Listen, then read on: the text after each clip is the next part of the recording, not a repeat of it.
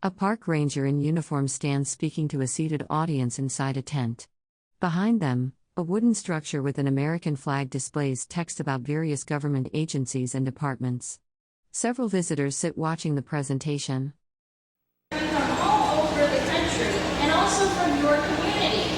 So with us today we have some really incredible dancers who are from Newtown. They are the Eagle Feather Dance Club and we want to share some of their dances with you. So let's give them a warm welcome, everybody. Hello.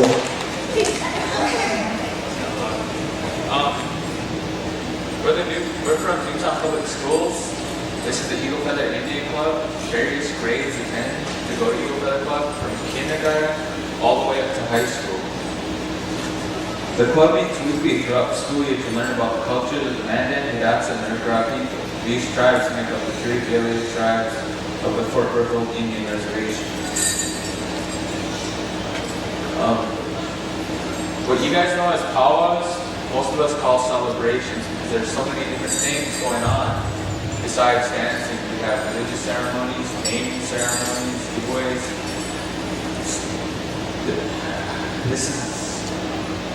In this presentation, you will learn about American Indian dancing and the different dance styles performed at celebrations.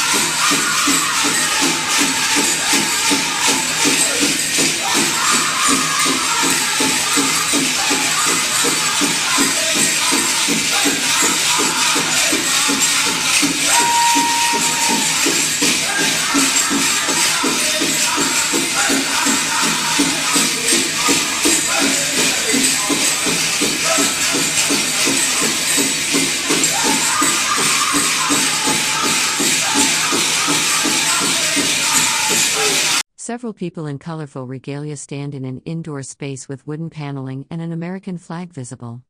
A person in a blue costume is in the foreground, while others in pink, red, and yellow clothing stand nearby on what appears to be a presentation stage.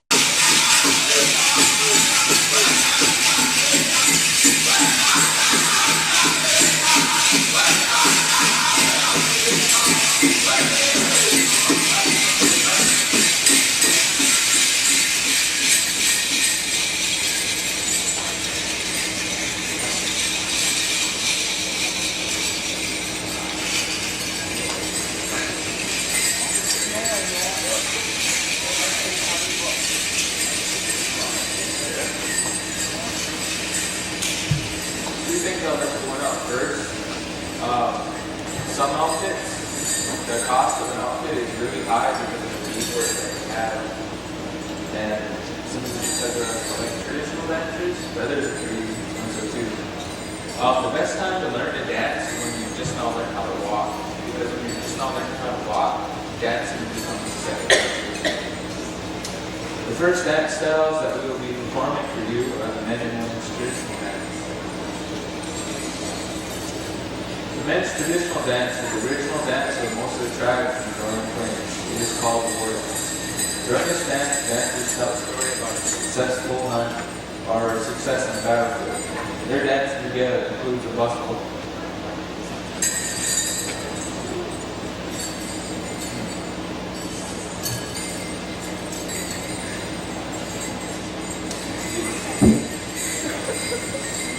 Now when you're young, usually you start out with loose or hot feathers. Like Mark's. This is Mark Jr. His muscle is made out of goose. And as you grow up into a young adult, you get to wear the right to wear eagle feathers. But in order to wear eagle feathers, one must have the right to wear them. Rights are passed on from older relatives, and you should have immediately. The eagle feathers are passed on from relatives or obtained through the Eagle Permit Program and the U.S. Fish and Wildlife Service. It is a federal crime to obtain eagle feathers illegally. The fine is $5,000 per feather. American Indians can possess feathers for participation in ceremonies. Non-Indians cannot possess eagle feathers unless they are given to them for some ceremony. It takes 4 to 5 years to get an eagle from the permit program. Mark Jr. is also wearing a feather cap. Usually feather caps are made up of different feathers. His look just like turkey or pheasant. But feather caps are worn by the Hidatsa Dog Soldier Society. This society was made up of fierce warriors who guarded the camp and were usually the first in battle. They were similar to the Green Berets and Special Forces today. The feather cap is made of different types of feathers. This is Elias. What he is wearing is a head brooch.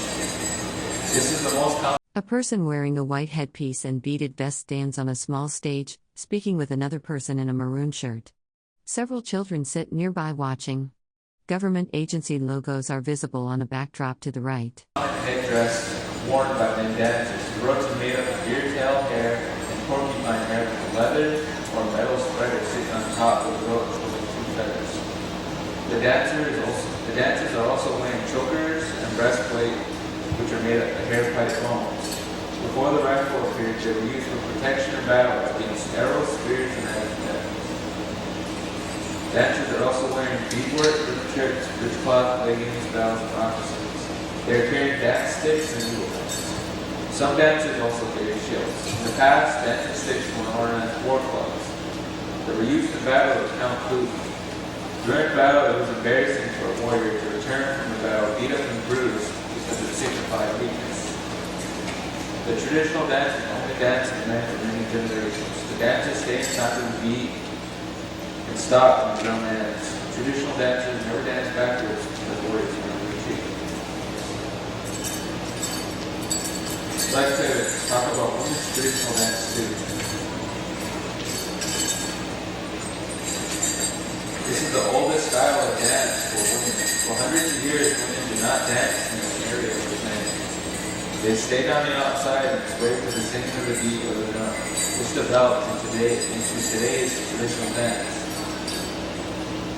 The dancers bend the knees slightly to the beat of the drum. As they dance, they move their head and look off the distance. In the past, this signified that they were waiting for their husbands, sons, fathers, or other relatives to return safely from a hunt or war party. They stayed in the beat of the song and stopped at the end of the song. The dancers wear buckskin or cloth. They have matching leggings, moccasins, a leather belt, and a purse. And they also wear leather or mink hair ties. They may also wear a feather or a plume in their hair and a choker.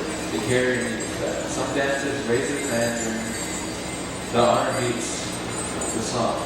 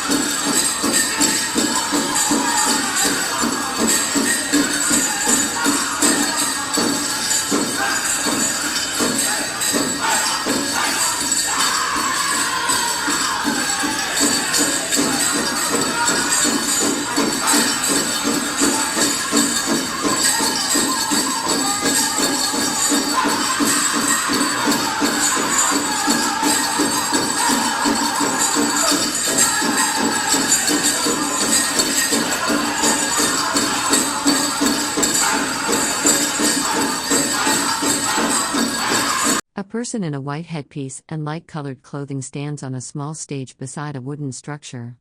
Several audience members sit in the foreground wearing casual clothing. A banner with government agency names hangs behind the stage.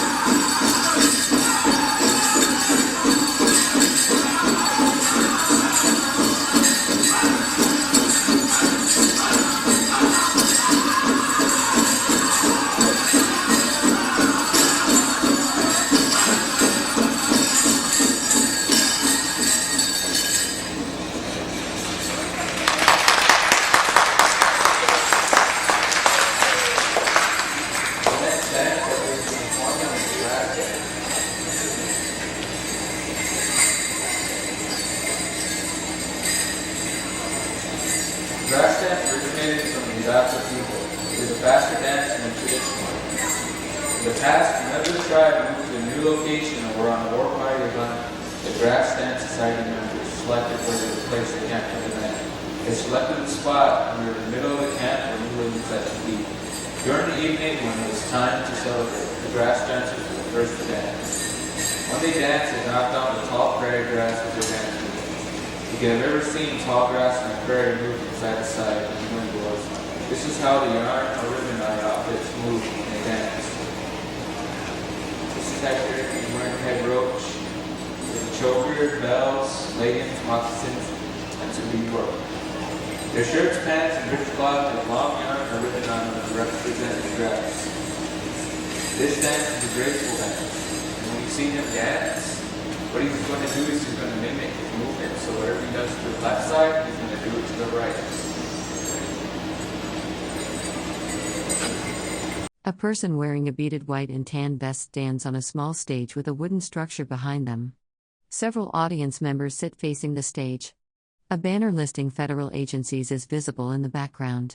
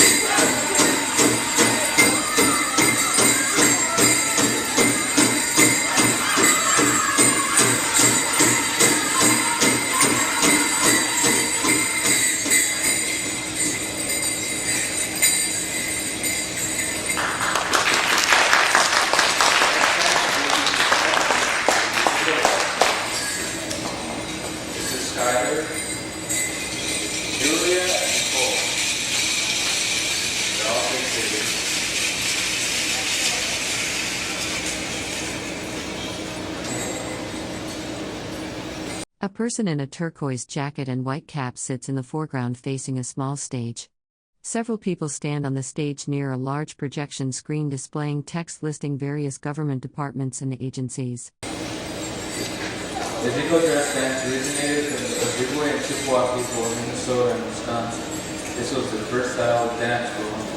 The jingle dress dance originated hundreds of years ago. It reappeared in the late 1800s when a spirit came in dreams to a medicine man who had a very sick dog. The spirit told him the history of the dance and how to make the dance helpful. The spirit stated that if he agreed to bring this dance back to the people, he would make his daughter well again. When the man awoke, he shared his dream with his wife.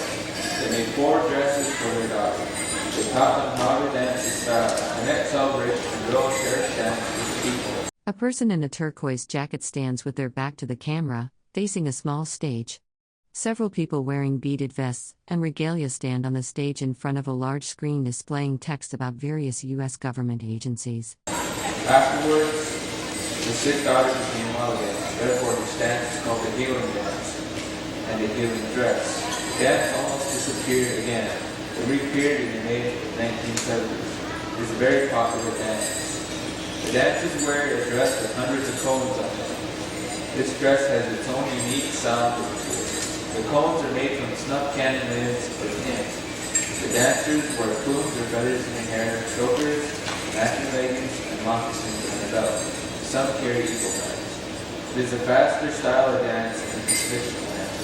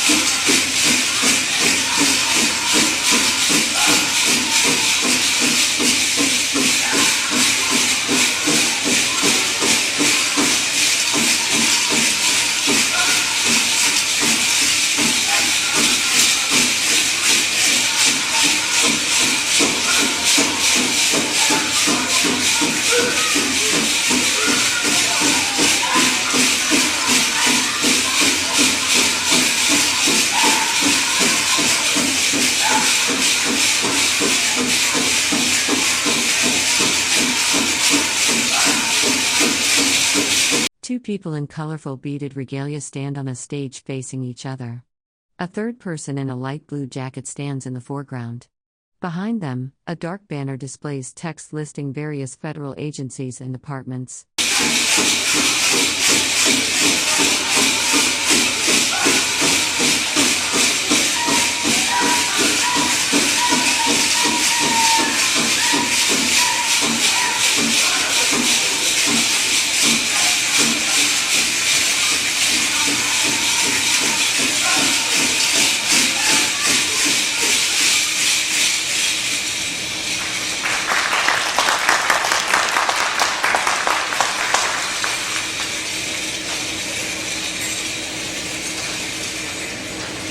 Next dance I will be performing is the women's fashion show.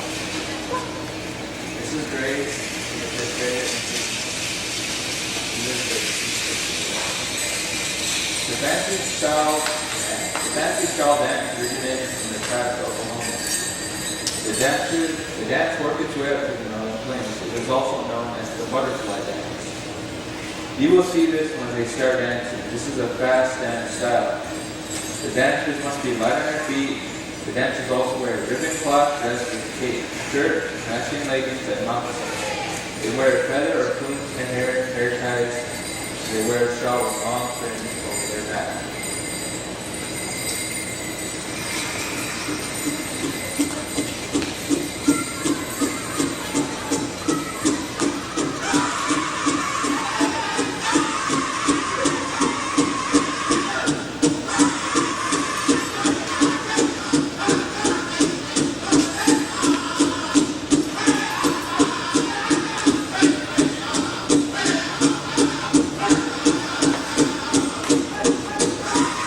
A person wearing a pink and white garment demonstrates something to an audience member in a turquoise jacket and cap. The setting appears to be an indoor venue with a large dark panel displaying text listing various government agencies and organizations behind the program.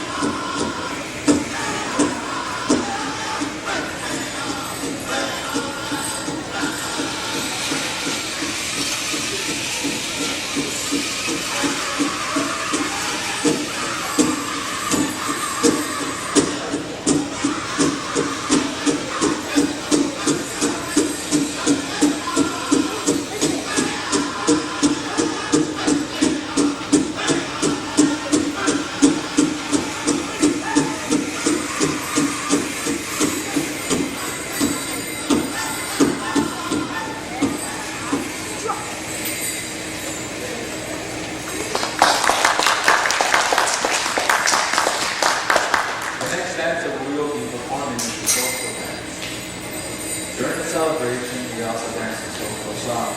These songs allow many people to participate. Many of these songs have English lyrics. Ribbon and dance, a round dance, followed by snake dance. We need some people up to help with this. Because they have to us. Surely we've got numbers here. Have any of you ever danced before? We've got serious people down here. Go ahead. You don't have to know dance. That lots of fun.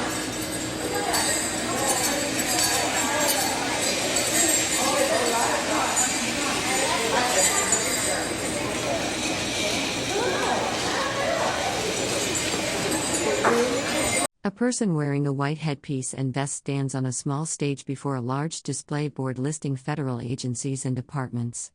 Several visitors, including a person in a turquoise jacket, watch from the audience area.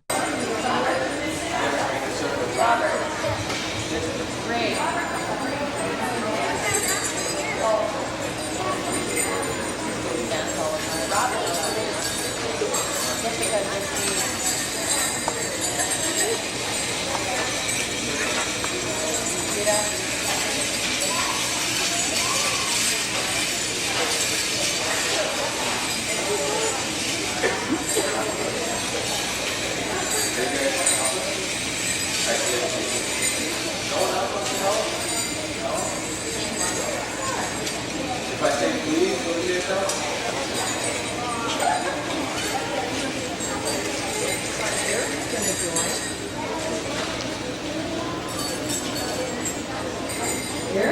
join in the dancing? Come on, some more of you come back and join in. It's lots of fun.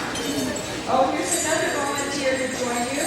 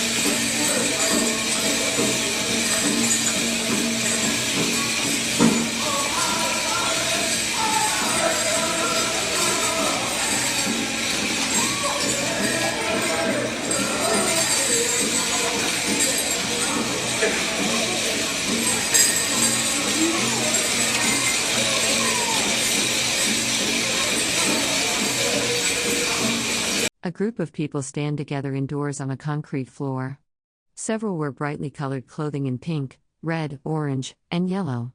In the background, a person in white and blue stands near what appears to be a stage or presentation area with signage.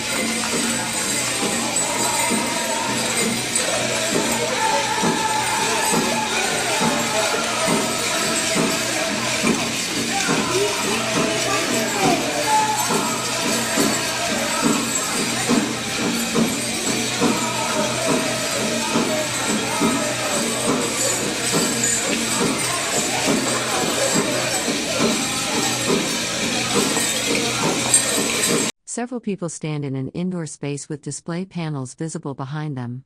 A person in the center wears a white and red beaded outfit. Others nearby wear blue and dark clothing. A person in a turquoise shirt is visible in the foreground.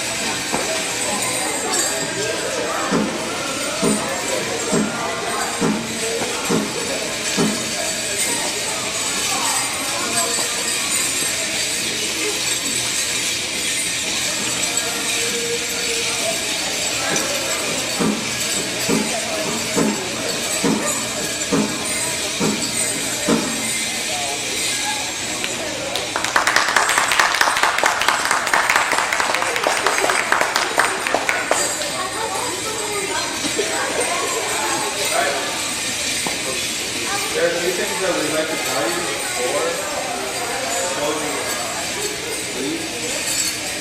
One thing is, we don't dress like this all the time.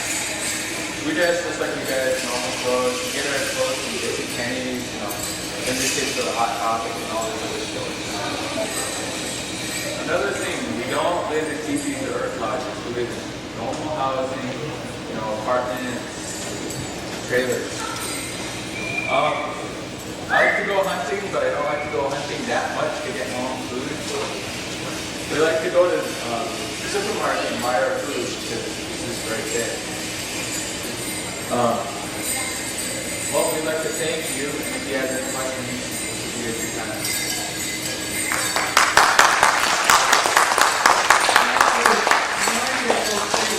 This was amazing to get to watch all these young people dance, the incredible dancers, their costumes, their regalia. Regalia is what this is called. It is an outfit for a specific purpose. It is regalia.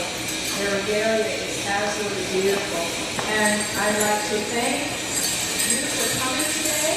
And let's give them one more big round of applause.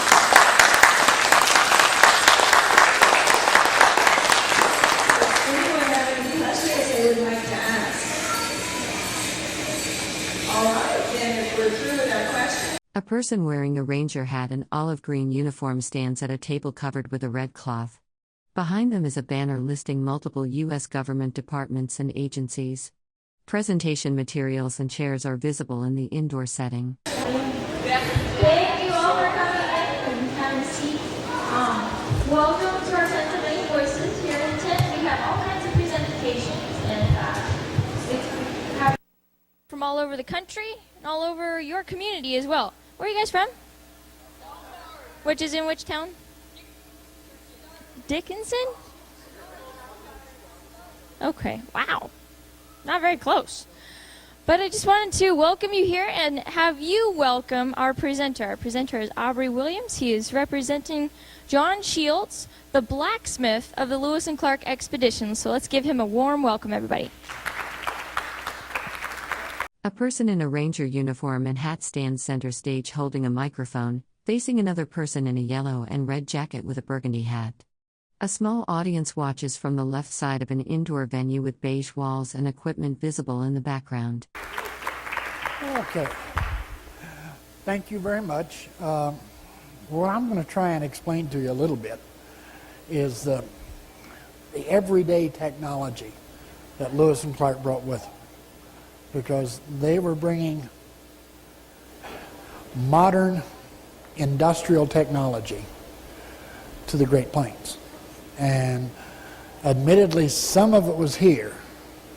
The things were here. You're not quite loud enough. Let's see if we can move you up just a little. Okay. Okay, let's try that. I'll be too loud now. But, okay. But admittedly, on the Great Plains, particularly with the Earth Lodge people, European technology was here. The iron was here, the tools, etc. But the thing that Lewis and Clark brought, and I don't think they recognized what they were doing before they started, they didn't just bring the things, They brought the technology of how to do it. So the Native American could see that there was another way of doing things. And that made a very dramatic difference. The blacksmith for Lewis and Clark, and there were 4 of them that had the technology anyway. My character, John Shields, Alexander Willard, William Bratton, and to some degree John Kohler.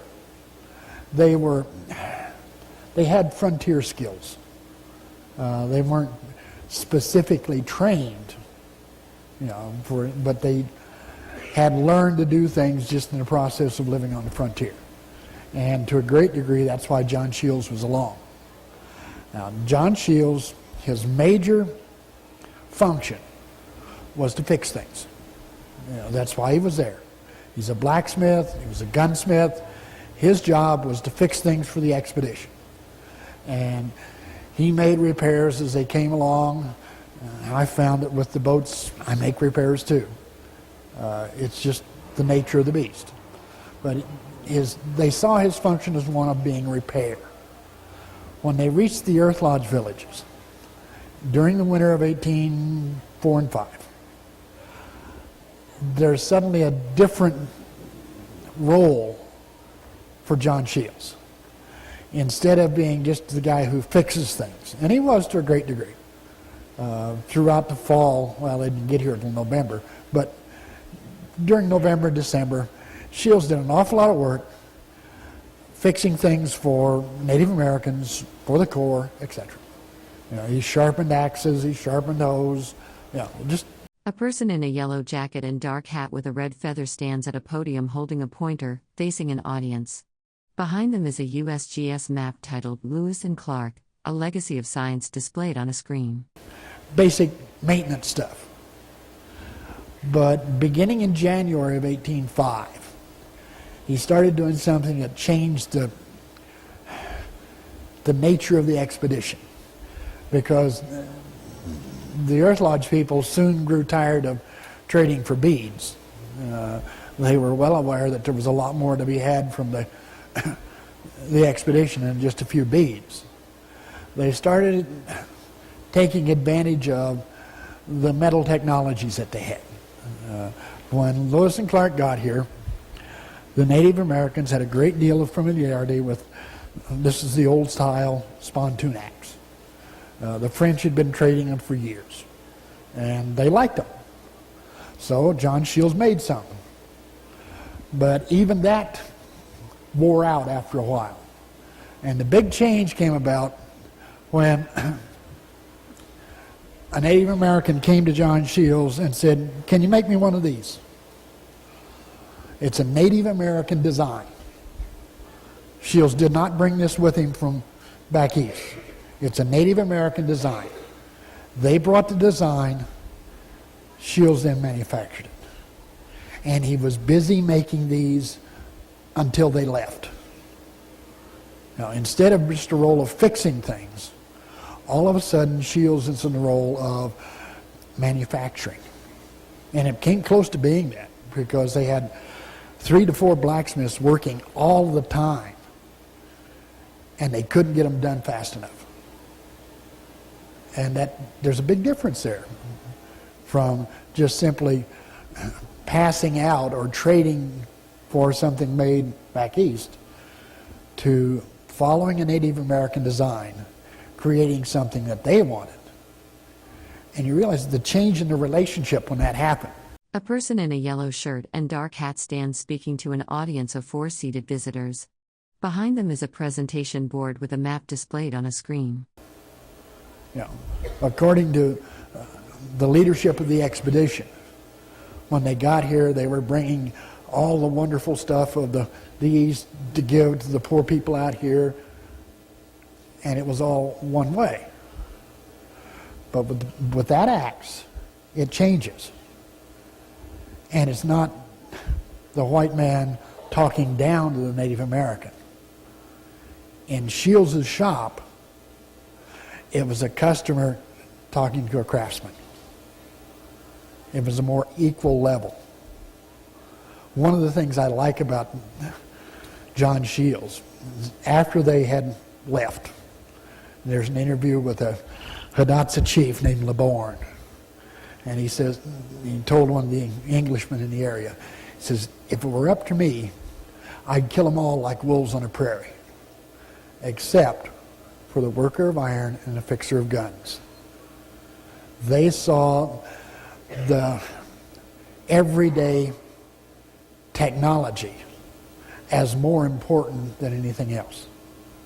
And I think it changed what the Native American expected from not only the discovery expedition for later traders, and it changed to a degree the way the way Clark particularly dealt with Native Americans after he became the governor of, what is it? No, he wasn't the governor.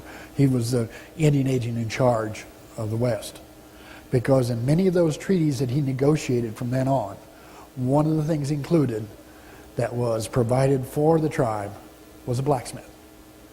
They sent people to the Native Americans to help them with this particular type of technology. Sorry, that gets a little bit philosophical. But my point is,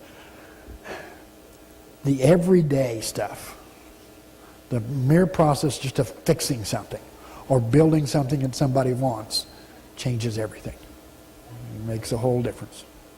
Okay, one more thing. This is called the experiment. It's the creation of Meriwether Lewis. He had it designed at Harper's Ferry, Virginia. Well, he did design it. It was not his originally. The design had been used in Europe for a long time. But it's a metal framed boat. Now, I've just got one section. And there were 2 sections like this and 6 that were, as he described them, semi-cylindrical. A person in a tan jacket and maroon hat stands beside a diagram on an easel, gesturing while speaking to a seated audience of children and adults in an indoor venue with exposed ceiling beams. And they fit in between the front and the back. The idea was we take these pieces out west. When we get to a point where we can no longer use the keelboat or the pirogues or even the canoes, then we get this thing out, and it came in a box that was about 5 foot square and about so thick. And these guys schlepped that stuff all the way from Pittsburgh to the other side of Great Falls, Montana. And then they stopped and they put it all together. Well, Lewis thought it'd go together in an afternoon, and they took something like 8 days to put it together. And the idea was, okay, you put the metal frame together, then you take saplings and split them and line them here. So there's a wooden lining. Then the idea is, okay, we'll cover this with skins. Elk, buffalo, whatever you can find. Cover it with skins, and that'll make a boat. At Harper's Ferry, they'd done it. It worked. Great. Each one of these sections will carry about 1,000 pounds. And it would work. Except, this is a big exception, you got to have some way to seal the seams. Where you've sewn it together. Back east, Lewis had used pitch. It was a kind of pine tar. And in his letter to Jefferson, he said, the bark and sealing materials will be available in every corner of the country, except for Great Falls. They didn't have anything to seal the seams with. They tried tallow, they tried some waxes, didn't work. Put the thing in the water, floated for about 30 minutes, boom, right to the bottom. Just didn't work. The idea was fine. But at the time, they believed in something called continental symmetry. They believed that one side of a continent would be just like the other side.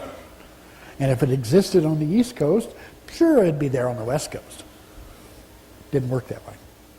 As a result, the experiment failed out west. As a result, they ended up cutting canoes out of logs. But it's a good example of plans made with expectations that are not valid. Okay, any questions? Think I can answer for you? Yeah.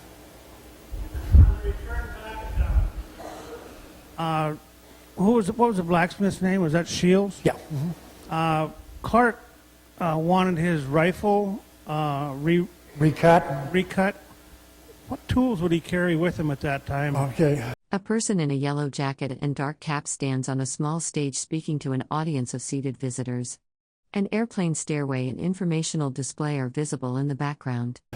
To recut a rifle barrel, all you need is some lead, something to melt it in, a rod to put it on, and a small piece of steel, maybe that big. And you put the rod in the barrel, and you pour lead around it so it matches the grooves of the rifling. You take that out, you cut the groove away, and put that steel bit in there. And then you drag that through the barrel on the end of that rod, and it will cut out just a little bit of metal. And after you've done it once, well, then you shim it up with something, a little piece of paper or something, and cut it again. But all he needed was the lead, which he already had, a rod, and a ramrod works just fine, and a small piece of steel. And I'm pretty sure he had that in terms of a knife blade or something of that sort. Would he carry his metalworking tools like his anvils and files? Those stayed at Great Falls. All he had with him was out there was just the bare minimum.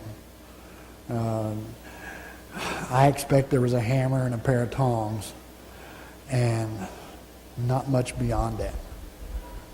You can build a fire with charcoal and get it to heat. For simple jobs, you can forge just on a stump. But he did some remarkable work with just the stuff he had in his pocket. And, sorry I didn't bring that demonstration with me. Mr. Williams, thank you very much. Certainly. Thank you for coming. And thank you all for coming too. A person in a yellow shirt and dark hat stands speaking to an seated audience in an indoor venue with a large window showing a snowy mountain landscape behind them. Chairs are arranged in a semicircle facing the speaker. We do have some more stations for you to see and a lot more to explore. We're going to send you